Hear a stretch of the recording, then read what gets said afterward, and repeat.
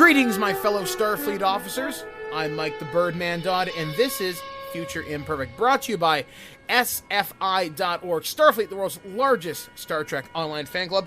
But I'm not alone as we pull into Starbase 24. I'm joined by my number one, the man I have at my side almost always on this show, Steve Megatron Phillips. And it feels good to be back here on Future Imperfect. We last show we had was towards the end of August, where we visited the Ontario Science Centre, checking out their Star Trek live performance, which has now come to an end.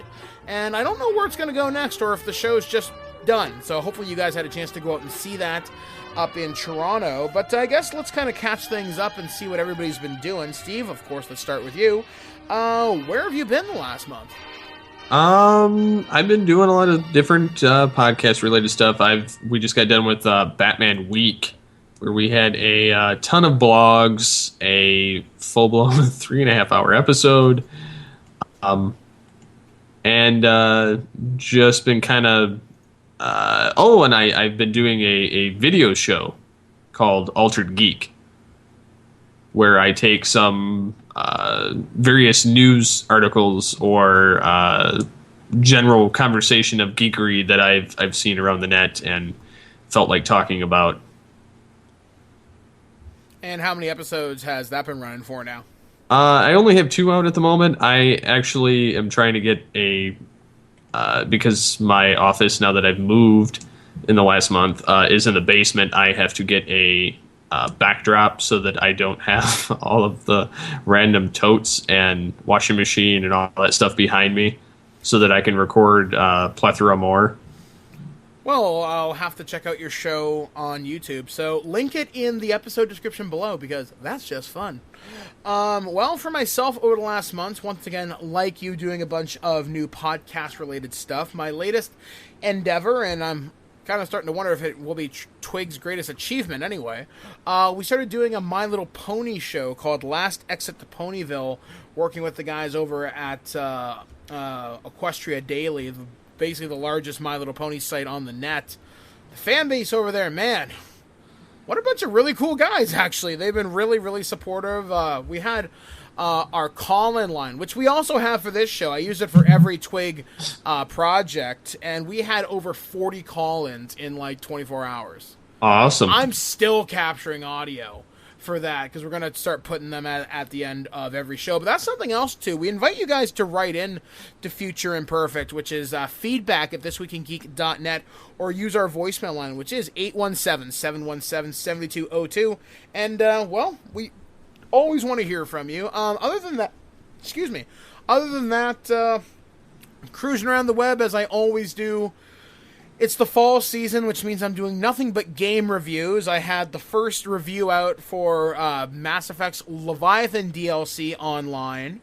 As of this recording, after this recording actually, I will have the first review for Mass Effect Paragon Lost online. Thank you, Funimation, for sending me that months ahead of release. And I did Borderlands 2 and some other crap, so it's going to be very busy for the next month or so.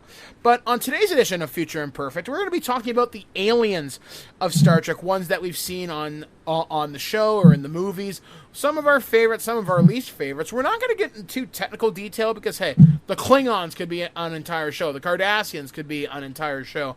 But we're going to talk about those guys here on Future Imperfect. But before we do, we have to hit the Replicator and see what I was able to find this week in the Starfleet databases. Hey guys, this is Mike the Birdman Dodd, and we are back with From The Replicator. Well guys, we are looking at the MK2 concept prop coming to us from Xscapesprops.com. This was done up by the prop master over there, Scott Nakata. Now, I've seen some of his stuff before, and this stuff is incredibly badass. So you might be wondering what the MK2 is. Well, it's basically a pistol. And you might be wondering why I can't say the word. Well, evidently if I use the word it might make some people angry, and I don't want to get Scott in trouble, so I'm going to call it what it is.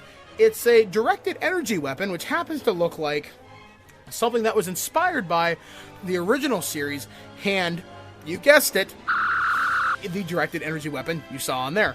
So, the thing that I like about this, it's really comfortable to hold. You really do feel like you're holding a professional Hollywood level prop. And more or less you are, because Scott Nakata's work is absolutely fantastic, especially the attention to detail. When you pick up the prop, you get proper weight to it.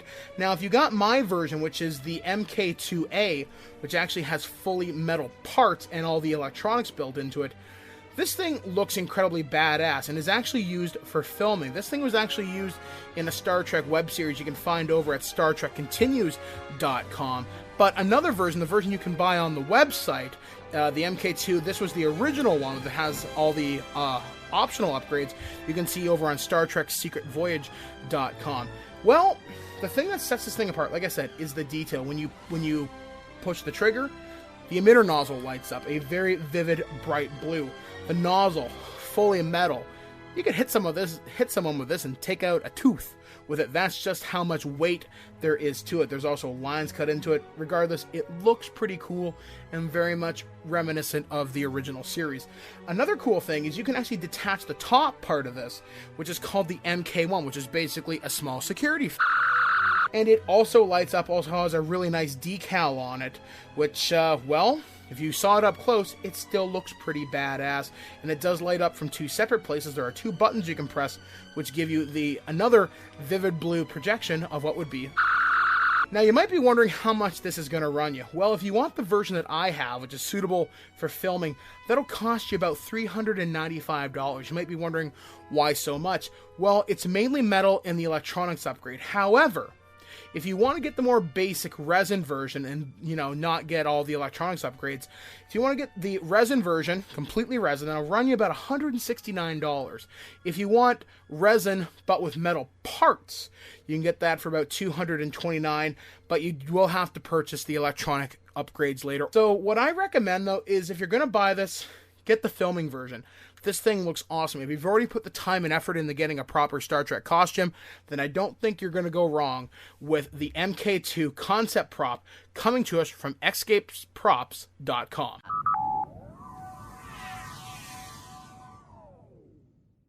And we're back with Future Imperfect. That was a cool review on the MK2 Phaser. Don't call it a phaser. People might get pissy. No, seriously, though, this thing, it's amazingly kick-ass. And I know some people are going to balk at the price, but for something that's made by a guy who's done a lot of work for a lot of the Star Trek fan films, and I know people buy them for the fan films, like Star Trek Continues. I know this guy is the art designer on Star Trek Renegades, which you guys should totally check that out. Yes. Yeah, Scott, his hands work magic. Now, this particular phaser pistol, the one that I got, I'm actually going to gift this to Snowball, Steve Snowball Sailor from This Week in Geek, because he's a fan of the original series, the original movies, me not so much. So I'd rather it go to someone who will really appreciate it. So I'm going to give that to him this Saturday, and I imagine I'll be cleaning up the holodeck for days to come.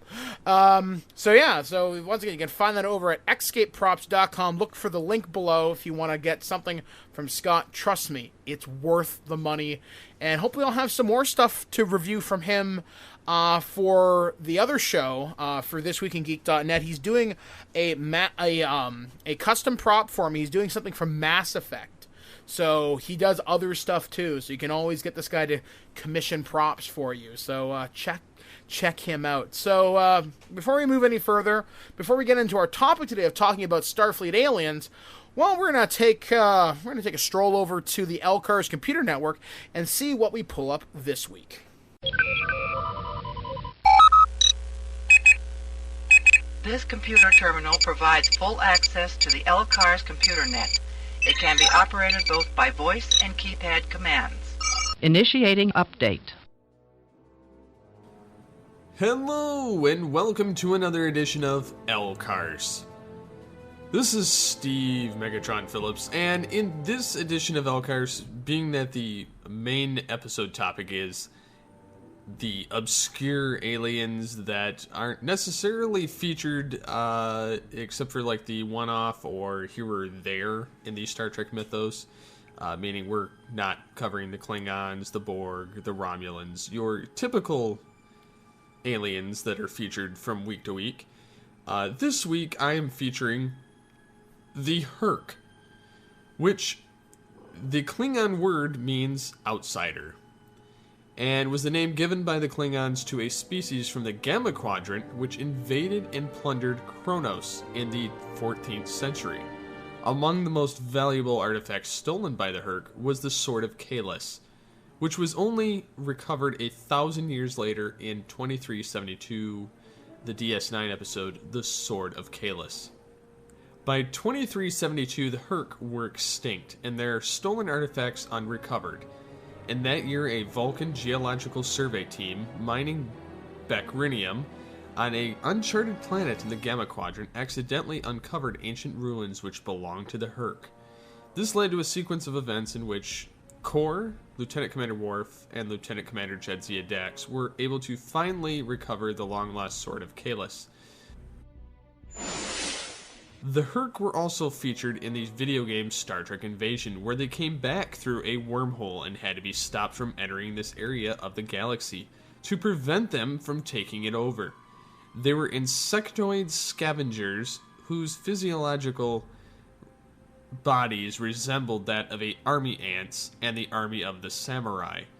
According to the manual for Star Trek Klingon Academy, the Klingons acquired warp drive from the Hur'q. While they don't make an on-screen appearance, the Hur'q are hinted to be behind the Horde's attack in Star Trek Online. Now, with all that said, this alien race sounds very interesting. It's almost like Starship Troopers meets Star Trek. Honestly, I would kind of like to see this in a show, but only time will tell, especially with all the new rumblings of TV shows to come. So with that, I turn it back over to Mike and myself on Future Imperfect. Please confirm deactivation request. Deactivation complete. Now disconnected from this terminal. Hey guys, welcome back to Future Imperfect. Thanks, Steve, for putting that together. Definitely a race I've never the hell heard of. So, and you know what? That's kind of the thing about Star Trek, because they usually have, like, Bad Guy of the Week, or, hey, let's mention a random race that will never get mentioned outside of fan fiction. And, well, this is one of the things that probably just slipped under my radar. But, well, they terrorize the Klingon Empire, so I'm presuming they're not pussies. No. So, let's talk about today's topic of the aliens of Star Trek. There's been so many. The Cardassians, the Borg, the Bolians, the Tellarites. You know, pretty much there's an alien for almost every letter of the alphabet. And you know what? That's what we should have done, Steve. We should have done the ABCs of aliens to see if we actually could have done that. If there is one for every letter of the alphabet. Oh, I'm sure there is. I mean, we got the Xindi covered. There's X, and that's got to be a hard one to do. We've got the Vidians for V. There's probably a race something Z something. Actually, I have the multitude of them pulled up on the Memory Alpha site. There's actually, I think, about 13 or 14 Z races. Holy crap. In the Alpha and Beta quadrants alone. Holy shit. Well, we could do the ABCs of alien cultures, but we're going to talk about some of the ones that we know a little bit about today. So, I guess one of the big questions that we have to talk about before we talk about aliens in general is, well, do you believe in the existence of extraterrestrials? I'd have to say it's possible. I would like to believe that there are, especially with all the different planets out there with various class, sizes, and atmospheres. So I think that it is possible. Do I think that we'll ever hit it in our lifetime? Probably not. I'm going to say, you know what, I don't know whether we'll actually meet them unless they're already among us. Now, before you start saying... Men in Black. Yeah, before you start saying I'm a conspiracy theorist, well, you know, humans in history, if it is to be believed, they wonder if we've been visited by something called alien astronauts. And I know you're all thinking of the meme from the History Channel where it's the guy with the goofy hair going, you know, man, aliens. I wouldn't go that far. But given the size and scope of, you know, our galaxy and our universe, I'd have to wonder because, you know, we've only been around here on the Earth for, I don't know, last 50 or 60,000 years, really. And, you know, our solar system is 4.5 billion. So the universe has been around for about 13 billion, so you have to wonder, have other races just come and gone? Or have they ascended into something else? I mean, there's a show I watch, which is on the History Channel and A&E, or it comes from A&E and the History Channel. It's called, well, The Universe. And they do talk about stuff like this, and they have a fantastic box set. You can get, like, the first 5 seasons for, like, $100 on Blu-ray. It looks amazing, by the way. And they do talk about this, and they wonder, because look at our space program. We send out probes like, say, Voyager and Mariner.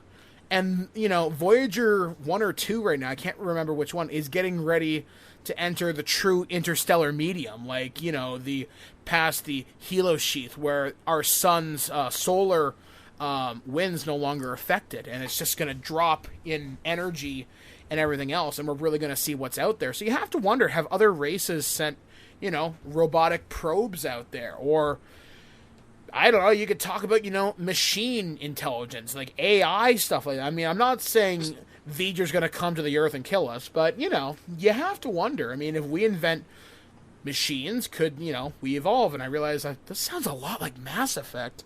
You know, just, I'm open to the possibility. Do I think aliens crashed in Roswell in 1947? You know, it opens a different kettle of fish if you want to talk about that. I mean, I could talk about that for hours, because something happened. Do I think aliens are visiting us now? Well, you have to wonder with all the really weird crap that pops up. And I'm not saying I believe everything that's said on, say, Coast to Coast AM or other conspiracy type kind of radio shows. But, you know, you have to wonder, like you said, Steve, with a variety of different planets, atmospheres, even gravities, what life has evolved out there. And while Star Trek kind of gave us an interesting view of it, because Star Trek came out in the 60s, and you look at the sci-fi movies of the 50s, you think of Gort the robot from The Day the Earth Stood Still, or the Martians with the little antennas on their head. You know, they looked, you know, frankly kind of stupid. Star Trek decided to change that, and I know the old Star Trek joke is, all right, what can we put on their noses or foreheads this time to make them look different? I mean, they even explained the Klingon cranial ridges in Enterprise. Like, why don't they look like guys with shoe polish and Fu Manchus anymore? Thanks to the augment virus, that's why. And they don't talk about it. It's a very secretive thing in the Klingon Empire that I've been made aware of. So, I guess let's ask the next question, Steve. What's your favorite race in Star Trek? With the Klingon Empire aside, I would have to say, man. I like the Q continuum. Yeah, because I guess they would count as aliens too. We'll definitely talk about them. For myself, my favorite alien race, you probably saw this coming, the Borg. They are some of the coolest bad guys I've ever seen. Whenever I've role-played Star Trek, either in a play-by-email group or tabletop, I always find a way to be a liberated drone. When I played Star Trek Online, my first character, when Atari gave me a press account to play that game so many years ago, of course I played a Borg. And I don't know, I think they're cool. The design is neat. One of the first episodes I ever saw was Descent 1 and 2, so I kind of had that, and, you know, Best of Both Worlds and everything. And it's interesting to see how some of these character designs over the years have radically changed. I mean, once again, talking about Klingons and stuff like that, and then the Borg from TNG all the way to Voyager and First Contact. And you know, I think it's really cool how they had a machine-like bad guy, but much like you, I really appreciate the Klingons and the things that they make, because they were major bad guys in the original series, but we also had people like the Romulans are also bad guys, and we were introduced to Vulcans, although I couldn't remember how to tell Vulcans and Romulans apart until someone actually pointed it out to me, and I almost feel kind of stupid for having to ask that. But you know, some of the other species that I've liked, because the main Star Trek show I've seen, I mean, I've seen the vast majority of TNG, I've seen all of Voyager, I'm still working on DS9, I've been a bad Trekkie, I haven't watched a whole shit ton recently. One that I really like, and they got very underplayed, in their series. They wanted them to be Klingon light, I think was the problem. And I'm talking about the Kazon from Star Trek Voyager. Oh, yeah. And they were supposed to be a major bad guy in Voyager, but the writers of that show could never figure out what the hell to do with them. Because they had stolen Starfleet tech, which they stole from their first encounter, and then Seska, the Cardassian Obsidian Order traitor that was placed aboard Voyager, they didn't quite know what to do with them. And it sucks, though, because they had, I think, kind of an interesting character design, although it was downplayed very much by their goofy friggin' hair. Like, it was supposed to be molded, and, it's supposed to have different clan markings. Like, there were different Kazon sects, like the Kazon Ugla. Then they introduced this idea that they were a slave race, and they revolted against their masters. So they tried to give them this really deep backstory. Instead, they bended like, we have better phasers than you. What are you gonna do? Oh, yeah, and we have transporters. What do you got? They always ended up sucking in the end. And I can't remember any particularly cool episode. There were two that I remember that I thought were marginally okay, where they seemed kind of like a threat. There was an episode of Voyager where I think it was either Kim or Paris, I'm pretty sure, were trapped on this alien world, and there was a Kazon kid there. And for him to earn his clan name, he had to, kill this person or bring them back to the Kazon ship. And I remember that one being kind of cool. And another one is they found the race that originally enslaved the Kazon, and there was supposed to be a peace conference there, but they wanted to kill everybody, and that you met other sects. There was another sect that was completely wiped out. They said, "Oh yeah, we killed those guys. They weren't worthy of being part of the Kazon Empire," or something stupid like that. Well, funny you should say that. They actually, I looked up the Kazon just because you were talking about it, and it says that the Borg called them Species 329, and they were deemed unworthy of assimilation. Yeah, and that's something else too to talk about. I mean, even the Borg think, man, they're like suck. the trailer trash Klingons of the galaxy, and the Borg didn't want them. I really could not... I could not have said it better. In fact, from 7 of 9 says this exact quote: "Their biological and technological distinctiveness was unremarkable. They were unworthy of assimilation." Why assimilate a species that would detract from perfection? So even the Borg thought your hair looked friggin' stupid. We can't put implants on that. Yeah, exactly. What the hell are we going to do? Although, I wonder if maybe they slipped in a Borg drone here and there that might have been Kazon. For some reason, I remember that, but I wonder if it's just, memories playing tricks with me. But still, the fact that the Borg said, nah, go to hell.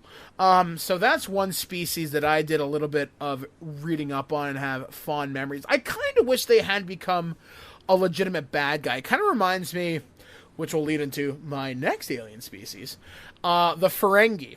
Now this, obviously their entire culture is built around commerce and the pursuit of profit and, free enterprise, the dream, long live, Ferenginar. They were supposed to be a big threat in Star Trek, The Next Generation in the first 2 seasons. They wanted them to be this big bad guy, but they played them more for comedy. If you remember the episode The Last Outpost, which I think was their introduction, if I'm not mistaken, they looked stupid. And, the writers were like, damn, we just kind of blew that. So they're yet another race that I have a lot of respect for, if anything, just for their ship designs. I mean, I remember way back in the day, and I don't know whether they did this in the States as opposed to Canada, we had boxes of cereal, and I think they were like Shreddies or something, and you could get little miniature plastic ships. And I remember I got like 10 of these in a row. I don't know why I couldn't get anything else. I kept getting the Ferengi Marauder, which is their big capital ship, something that would rival, say, the size of the Enterprise or Romulan Warbird. And I remember one of the things I liked about it is the fact it had plasma wave weaponry. Yeah, it probably sounds cooler than what it actually is. And the only Ferengi that I've really liked, because I think he's the only one who's ever gotten a real shake at character development, was Quark. I mean, you could argue Rom or the Grand Nagus, although the Grand Nagus is friggin' hilarious. I know, he was like watching a character off Family Guy before Family Guy. Pretty much, and I love that stupid little cane that he has. It has with the Ferengi head on it. Yeah, I mean, I would love just to have that in my house because it's weird. Man, I wonder if that ever went up at we're having a warp sale. I'm really curious. Someone should find that out for me. So feedback at thisweekingeek.net. Find me the Grand Nagus staff, and I'll try and get you something cool. And so they're another species that I thought was kind of cool. Plus, I like the fact that you never learned a lot about them early on. You had to discover it by watching a series. And I remember, I think it was an episode in season 1 or 2 of DS9 where they talked about the Ferengi females. And they've only ever been referenced in passing, like, oh, females do not wear clothes, human. And there's an episode where one pretends to be a guy because she's really good at business and then tries to, like, bang Quark or Rom, I can't remember. And they're like, I'm not doing this, no.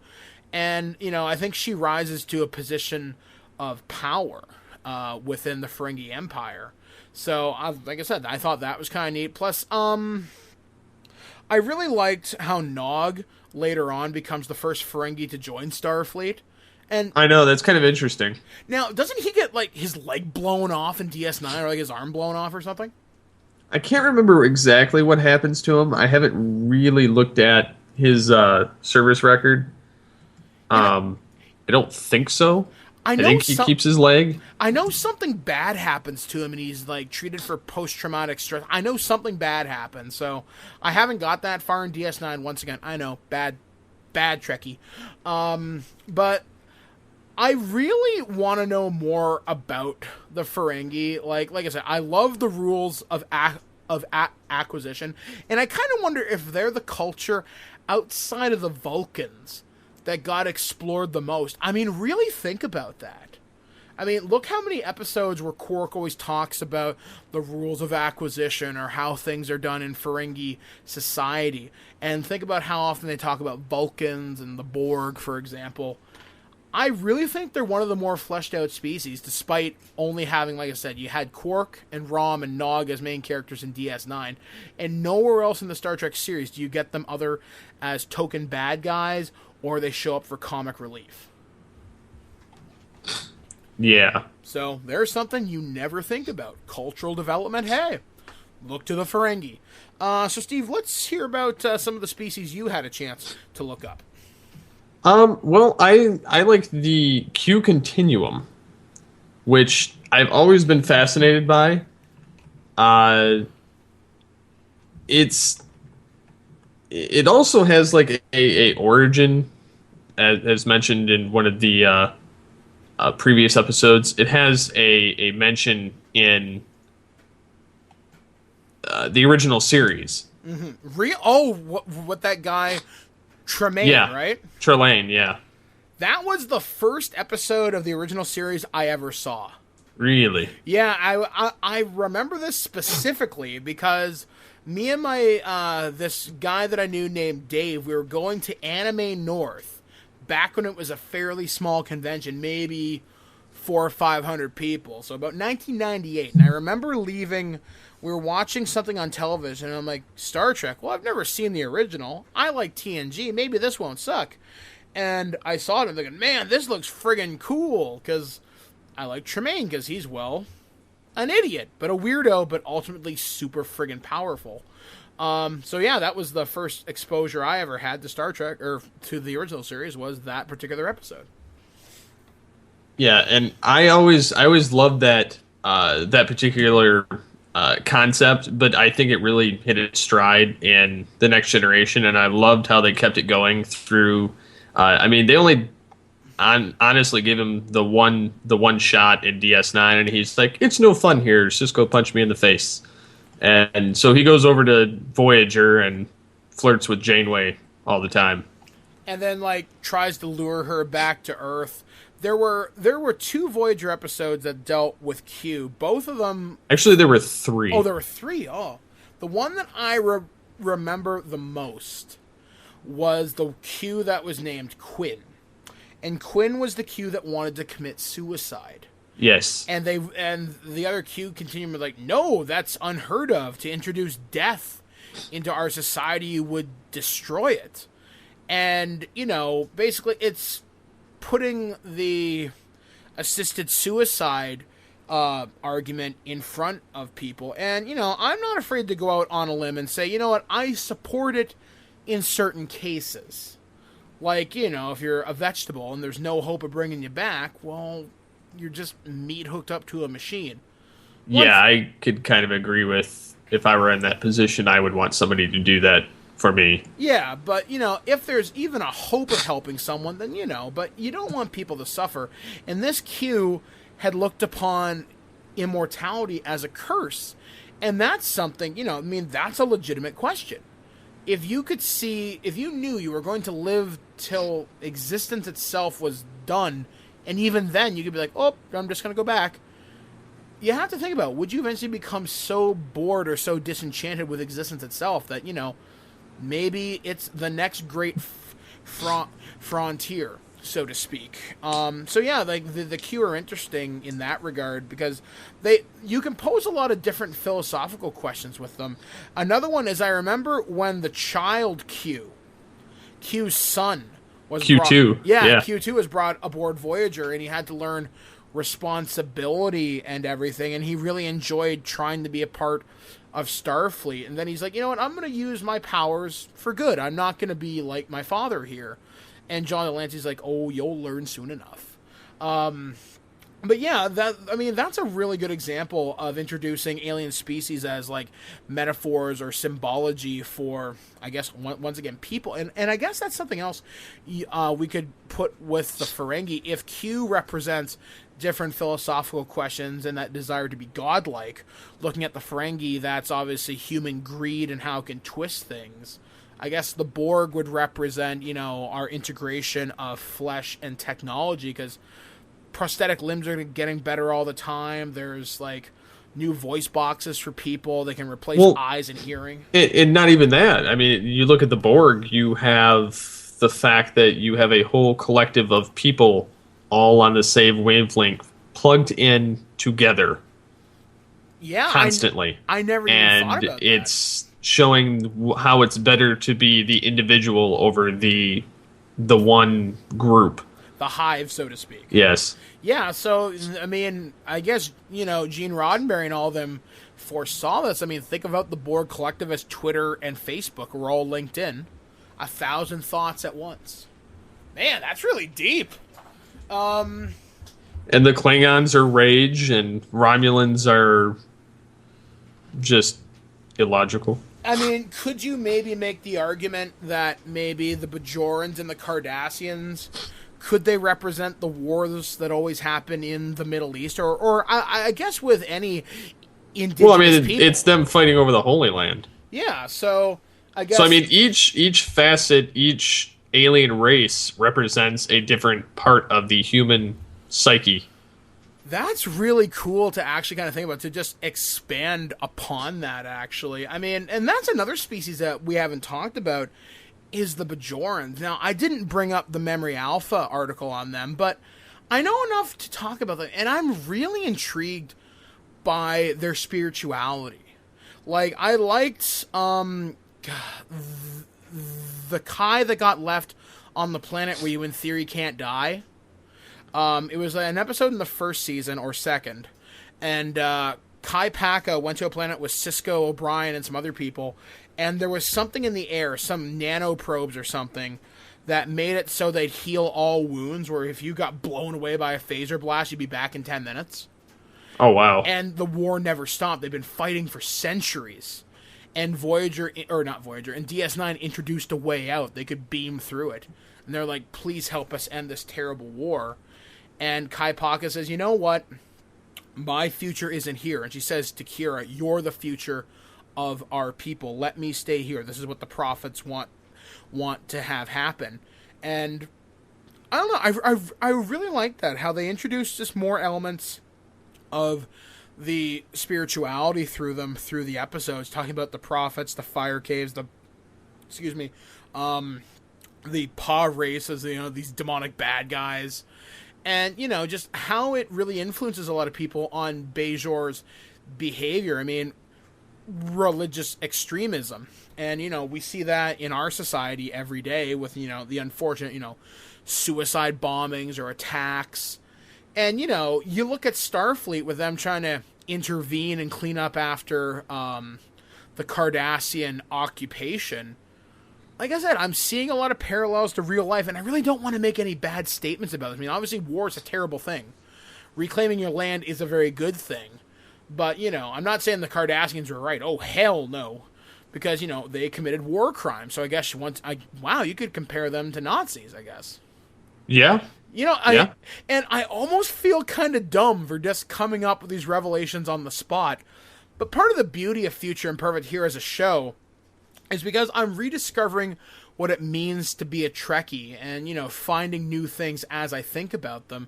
And that's one of the reasons why we do this show, is I think to redefine and rediscover our love for a show that has been on the TV for decades, but it can be reinterpreted almost timelessly all the time. Because I wouldn't have thought about this probably 10 or 15 years ago, because I was very young.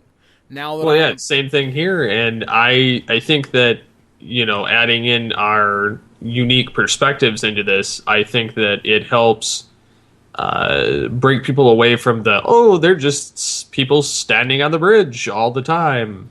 Yeah, and that's something I kind of wish I could get my wife Blair to see. She's like, nothing ever happens in this show. Same thing here. Yeah, I mean, you have to look beyond the view screen, so to speak, and see what's actually happening. I mean, I try and get my wife into very serious television. I tried her on Battlestar Galactica and she liked it. If I could somehow explain to her, here is the first 2 seasons of DS9, here's a couple episodes you should watch to get up to speed, and then start her with season 3, I think she might enjoy it, because the stories do get serious.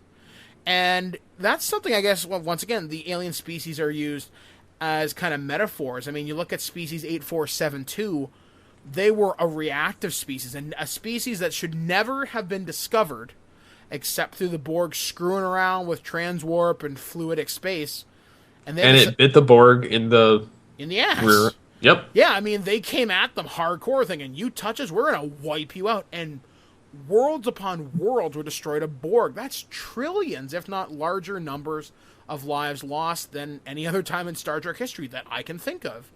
And, that kind of makes me think about, for example, when colonists came over here from England or Spain or wherever, my people, since I'm Native Canadian, I identify as Aboriginal, that was our response. Fight. And eventually, superior weapons got introduced, we were outclassed, and a peace was made. So does species 8472 represent the native population? Do I agree with genocide? No. But I can see where maybe that comes from. I mean, there's a couple species, right? I'm not quite sure what they're supposed to represent. I wonder if the changelings, because they're a cool species, that's what Odo's from. These guys form the backbone of the Dominion, the big Gamma Quadrant power. And, they can change into anything. They can even form minor bits of technology and have them work, which I didn't even know. If they put a comm badge on their chest, it'll work. That's really neat, and I had no idea that power even existed. And I wonder if they represent, just the change in people to hide what they are. Yeah, I could see that. Yeah, so there's something you never thought about Star Trek right there. Man, now that we've gone into the philosophy of alien species, are there any other ones that really kind of stick out to you as kind of neat in their own special way? The Hyrogin? Oh, the Hur'q. They are cool. They're like the Klingons meeting the Predators. Meeting dinosaurs. Meeting dinosaurs. And I love the idea that their entire society is based around the hunt, and how they actually fight with hand-to-hand weapons, and their disruptors are so brutal that, it's harder to heal wounds from them. Yeah. It makes the Klingons look like pussies in comparison. Yeah, and they even develop, like Voyager gives them holodeck technology so they can perfect their killing so they don't have to kill innocent species. And on their holodeck simulations, they fight Klingons. And even the Klingons were like, man, fuck this. We don't want to fight them. And man, there's another alien life form you could technically quantify. Artificial. Data, the Doctor. Those are honestly the best, that and the holodeck people that somehow came to life in various aspects. Yeah, I mean, artificial intelligence in these worlds, and that's something we talked about on one of your GCRN episodes, which we're going to have to revisit here at some point, Star Trek versus Star Wars. Yes. You look at the intelligent design of these people. I mean, people like Data, Lore, and the Doctor, they are, for all intents and purposes, living creatures. And there's even an episode in the second season where they ask, what is Data? Can he be dismantled? I think it's called The Measure of a Man. Yep. And, that's a really interesting question there, because the Starfleet's talking about they could build a bunch of these Datas, send them out to the Andromeda Galaxy, and they would survive. They could go explore and come back. And yeah, I mean, that's really cool. And I love how in Voyager, there's, I think the episode's called Bride of Chaotica, where they encounter photonic life forms and they think the holodeck's real. And the Doctor's like, no, you're actually part of a simulation. We didn't know we were hurting you. These are computer programs. We don't know how to shut it off. So can you please stop screwing with us? Yeah, so that's something else to consider too. When Dr. Soong created people like Data and Lore, and even when Data created Lal, his daughter would only survive for like an episode. Artificial life, and like you said, the various holodeck characters. I think of Professor Moriarty. From TNG, and Cyrus Redblock was another character from the Dixon Hill episode with Captain Picard. Yeah, I mean, there's so many interesting interpretations of life, and to speak about artificial intelligence, I hope it's going to happen. I really do. I mean, and I'm really hoping it doesn't turn out like, The Matrix or The Terminator, because I don't want to be wiped out. Just saying. And, I mean, looking at how smart computers get every day, I mean, like, and the rate of technology and state-of-the-art stuff, I mean, like, everything you get now will be outdated in, like, 4 months or something like that. Shoot, by the time you get stuff now, it's outdated as soon as it hits the store. Yeah, because, all you guys that got the iPhone 5 last week, guess what? It's already outdated. I guarantee you there's a 5S prototype sitting in some lab right now. And they're like, man, we're going to release this, and you guys are going to be so sorry. Just for the record, I didn't update, and I'm not going to update, because I don't like OS 6, because it's buggy as hell. Once again, well, that, and if you've noticed, their sales are way below what they expected. Yeah, they're like, hey, we sold 5 million of these things. It's like, hey, why don't you actually change it up a little bit and actually add something people, could use, instead of replicating the same thing as the previous one with one extra feature? They're like, hey, it's a bigger screen. Yay, and a faster processor. And it can do 4 LTE, I don't know, the newest wireless thing or whatever. So yeah, and I wonder when technology will be able to say, I think, therefore I am, which is said by, I think the philosopher was Rene Descartes. I'm probably slaughtering that name. But, true self-awareness, and I wonder, iRobot. Yeah, and I wonder what that will say when they have access to the internet and they have access to all the books of history. What judgment will it make? Because part of being alive and being cognizant of yourself in a human capacity, means to think about things, right, and be able to make judgment. So once again, I'm really hoping this doesn't turn into the Terminator, or they decide, hey, we're the threat, time to die. Although, what's really weird? This reminds me of something. And I don't know why I'm choosing to bring this up now, but I remember there was an issue of the Matrix comic book.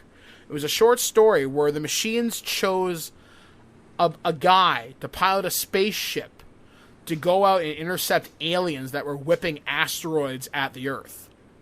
And the machines were like, you should go stop that. In exchange, we'll let you live your life however you want. And in the last 20 seconds, he experienced 20 years of his life, and he was like the happiest he'd ever been. And, you know, I kind of wonder what aliens are going to think when they come down to us and they see, you know, you look at our iPhone 5s and our smart cars and our Franken foods, you know, all the weird shit, all the useless crap, and what decision they'll make about us. Because, you know, looking at some of the alien species that we've talked about today, what judgments we pass on them. Like the Borg, bad, but we can see what it represents. And, you know, Klingons, you know, warrior pride and rage. You know, warrior pride has a time and a place, but, you know. So I'm wondering what the coin would be flipped if aliens were to look at us and what they would say. So I think this conversation turned out a lot more philosophical than what I originally intended.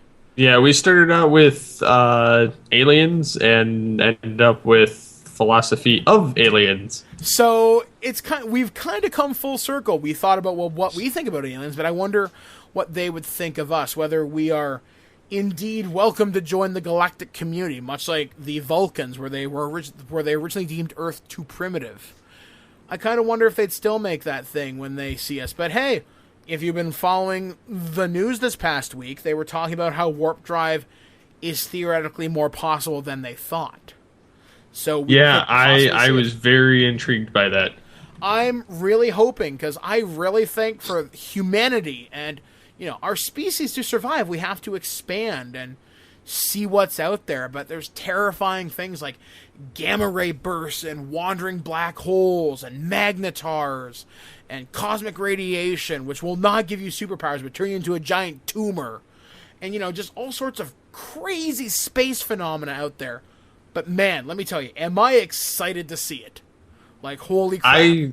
I really hope that warp drive is something we see in our lifetime. Absolutely. I mean, even if it's just a prototype, I want to see it. I want people on Mars. I want to see us go to the next star, which is like 4.3 light years away. I think it's like Betelgeuse or Alpha Centauri. One of the two. No, yeah, it's Alpha Centauri because Betelgeuse is like 23, and it's the closest candidate for a supernova explosion, which wouldn't kill us, but let's just say it wouldn't be a happy time either. So yeah, I mean, that's kind of the... I guess that's pretty much going to do it for this show of Future Imperfect. Once again, we'd love to hear your thoughts. Feedback at thisweekingeek.net. We are reading them. We will read them in preparation for our next show. So please put subject line Future Imperfect so we can search our email inboxes and get it right away. Or you can call our voicemail line, 817-717-7202. I know Alex sent in some stuff a while back, and we played it, but we didn't respond to it really, so we do apologize. It's just great to hear back from the fans, and obviously the good people over at sfi.org. They just renewed my Starfleet membership. I'm hoping to meet up with my ship, the USS Hadfield, sometime very soon. It's been a really crappy summer. I'm hoping the fall and everything else will be significantly better, so go check them out if you want to find your local chapter. Like I said, these guys are great. They do a lot of cool work. They're even trying to restore the Galileo shuttle from the original Star Trek series by raising money, getting people to come in and work on it, because it just sat in like a scrapyard for like 20 years, and someone found it. So really hoping that gets off the ground. I guess, Steve, is there anything else we want to promote before we move on? I know in one of my, I can't remember which one, but in both of my Altered Geeks, the first one I talk about a home theater that somebody designed as the Enterprise D bridge. Mm-hmm. And in the second one, I covered a restoration project that fans were doing to restore that bridge. The actual bridge. You know, actually, I'm glad you mentioned it, because I think one of the guys who's designing my props for a review that I'm working on is actually working on that. I think it's Quantum Entanglement Props is helping out. So, yeah, I really hope they can restore the Enterprise D bridge. You know what I really want? I really want a replica of Astrometrics from Voyager. I just want that in my house. I don't know why. I want the holodeck just because it would be a great green screen room. Oh, yeah, because you could just, hey, Damn, that's a really good idea. So, Steve, what are we going to talk about on our next show? Well, being that I've been seeing a lot of rumblings going around on the net lately, especially the last few weeks, I was figuring we should cover and revisit our return to Trek on television. Mm-hmm. Only for the fact that there have been numerous, not only fans of or various fan projects that have happened to get the actual actors back in, or there's also projects that the actors themselves are trying to reprise their roles by creating a new show that is either trying to be pitched for television or YouTube viewership. So I guess in our next show, guys, we're going to look at the various fan projects that are out there. Like I said, we have mentioned a few, such as Star Trek Secret Voyages, Star Trek Continues, and the anticipated, in my opinion, Star Trek Renegades.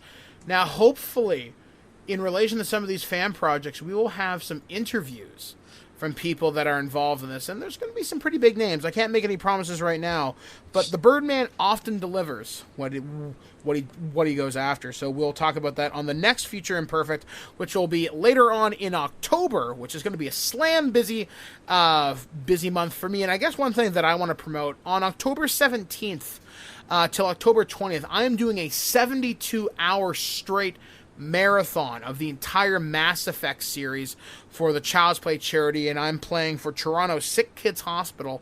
Last year I raised $2,000. I'd like to do it again, if not more. So you can find more information on the sidebar here by clicking Support Mike, or you can go to birdmangivesback.com to see the latest updates. And I'm at $150 right now. I'd like to get that up soon. So once again, your donation is completely tax-free, or tax whatever. You get a tax receipt for it if it's over a certain amount, and all the money goes directly to Toronto Sick Kids. So anyway, for Future Imperfect, we have been Steve Megatron Phillips, and I've been Mike the Birdman Dodd, saying, live long and prosper, and we'll catch you next time, right here on Future Imperfect, brought to you by SFI.org. Starfleet, the world's largest Star Trek online fan club.